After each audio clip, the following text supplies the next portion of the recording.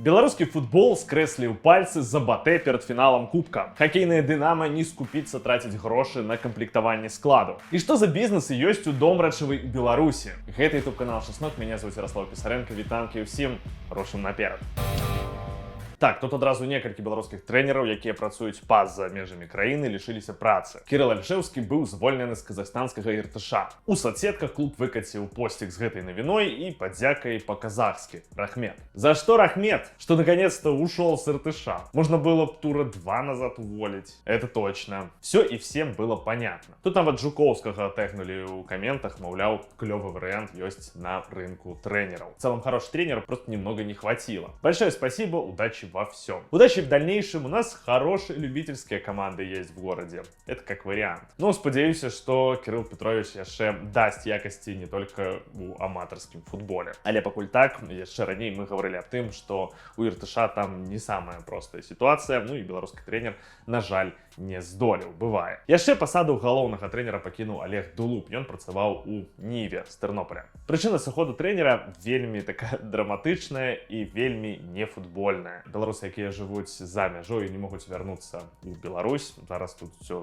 зразумеюць. Сканчваецца пашпарт і від на жыхарства ў Польшы. Там знаходзіцца моя сям'я. Калі я застануся ва Ўкраіне, то потым не змагу вярнуцца ў Польшу. Таму ўсё накалося адно на адно. Будзем адкрыты, беларускі пашпарт у апошні час стаў таксічным. На жаль. Ну да, такое сабе. Хаця таксама чытаючы каментары ў соцсетках, не надта задаволеныя былі заўзятары Нівы Олегам Дулубом. Ну що ж, дякуємо, хоч результати були не такими, як ми б хотіли, але все одно дякуємо. Дякую, мене почули, початок нормальний. Такое ще ось було. Тут проблема не в тренері. Згідний, зробили його типу крайнім. Хто ведає ситуацію, пишіть, як там у Ніве було при Дулубі, ці мають рацію фанати, ці там наоборот будуть після звільнення Дулуба ще шкодувати. Ну а ми давайте пойдемо все ж таки у беларускі футбол. Там є цікавостки, до речі. У суботу пройде фінал Кубка Беларусі. Батэ згуляе з Менскім Дынамо. Раней гэта было так званая беларуская класіка, цяпер наўрад ці, бо там вельмі розныя задачы все ж таки у каманд. Хаця Батэ ў фінале Кубка мае велізарную падтрымку. Яшчэ тут амаль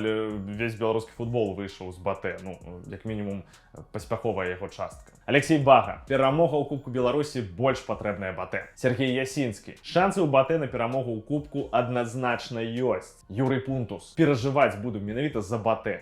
Там мои выхаванцы ў руля. Ігор Крывушенко. Хацелася б, каб Батэ заваяваў трафей і нейкі рух быў вверх. Віталь Кутузаў. Для Батэ Кубак Беларусі жыццёва неабходны трафей. Карацей, шмат хто хоча, напэўна, панастальгіраваць і пабачыць, як Батэ бярэ трафей. Узгадаць, якія часы раней былі і гэтак далей. Мне нават падаецца, што выбар музыкальных хедлайнераў фінала адпаведны. Перад матчам будзе выступаць барысаўскі хіп-хоп гурт «Нестандартны варыянт». Пішыце ў каментарах, калі ведаеце гэтых хлопцаў. Карацей, прагрэў, што трэба, вярніце мне мой 2007. Нават ужо паглядзець гэты фінал захацелася. Пры гэтым унутры калектыва не ўсё так добра, я маю на увазе Батэ. Галоўным трэнерам клуба зараз з'яўляецца Артём Канцавы, яго фігура вельмі зразумелая. Калі ёсць нейкі такі культурны код Батэ, то ён у Канцавым дакладна прапісаны. Ды і ўвогуле яго фігура як галоўнага вельмі ў стылі старога Батэ. Трэніруе каманду свой, так бы мовіць, сям'і. Пры гэтым Канцавы з'яўляецца добрым матыватарам, робіць акцэнт на клубны патрыятызм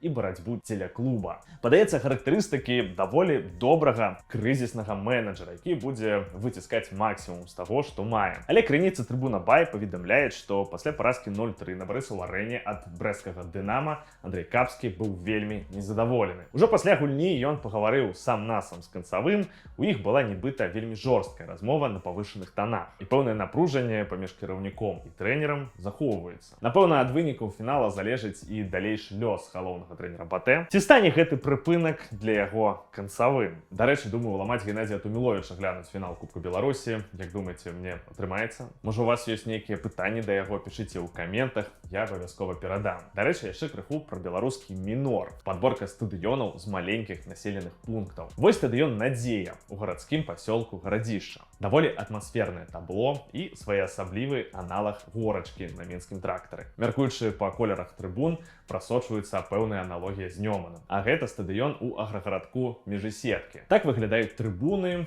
Вось поле, выглядае ўсё даволі постапакаліптычна. Можа, таму і мясцовая федэрацыя забараніла праводзіць тут афіцыйныя матчы каманды. І вось гэты стадыён у Хоцімску. Гляджу на гэты здымак і разумею, як жа крута і атмасферна і каларытна тут бачыцца гэтая ваданапорная башня. Дарэчы, аўтар гэтай падборкі Дмітрый Сільвеструк. Ён даволі вядомы ў вузкіх колах як аўтар тэлеграм-канала «Серебряный век». Там ён расказвае пра беларускі футбольны мінор. Гісторыя нішавая, але цікавая. Не так даўно Дмітрый выйшаў на волю пасля 3 гадоў у калоніі. Ён расказваў у медыа пра тыя здзекі ад сілавікоў, якія яму давялося перажыць. У апісанні да гэтага відэа я пакінуў тэлеграм-канал «Серебряный век». Можете на яго падпісацца, там такія заўвагі па беларускаму мінору, якіх, напэўна, вы не знойдзеце нідзе.